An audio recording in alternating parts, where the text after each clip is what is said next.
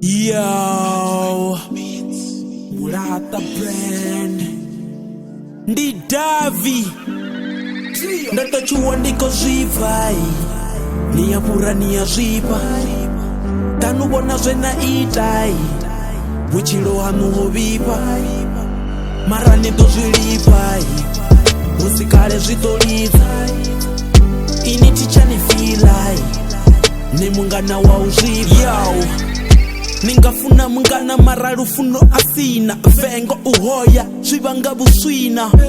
Vamwe ndivangana nga mazino richiseo Chawe ndichangoho nina butanzina Dali cha uvanowa Nifune mungana nangwe ekonomi yowa Nite yofunana, nne ndikoshona Dali cho dita mwana Bungana bukoloba ini nono zvibonana Ndaita zhubuya baya koda basea Ndichituwa bangoda Nditokona zote zitokona zea Vangana babi bashona Ndikobona zote zinoko itea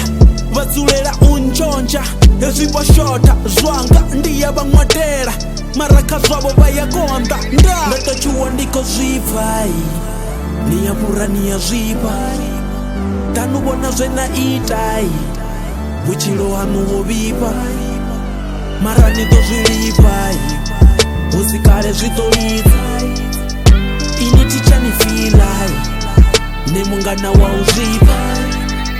Vakototo mbona ndichikola zvisaduri Ndorenga goloi varinga vechitula muri Bufi ndotswela marepere ndatswela chuni Vayavinyukana nga tundu yanga ya ntuni Ningarilolala matina alingodzika Usava loyala zviyalwisa kamajita Utongarikotala bambilu dza mashika Vanendila vayavala risi swike herapika Tikotala nga ndila yenabva ngayo Nisongo nyala unga ndonilela mugayo Abe no nyala ndiche muenda nga nayo ndimangala Nichila nyala ngenda wana dakaro Zvikopora nikotita nyavi nyavi Ndina tora ni mpachi bansi Heyo ndi hora ndau aili mahati Nikolora nikolwela zvine azvina vutanzi Ndatochua ndiko zvivai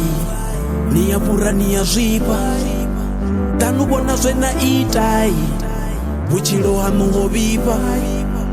Mara ndozvilipai Usikale zvitoliza Ini tichanifilai Nemungana wa uzvipa Ndatochua ndiko zvivai Niyapura niyazvipa Tanubona zvena itai Buchilo hanu hovipa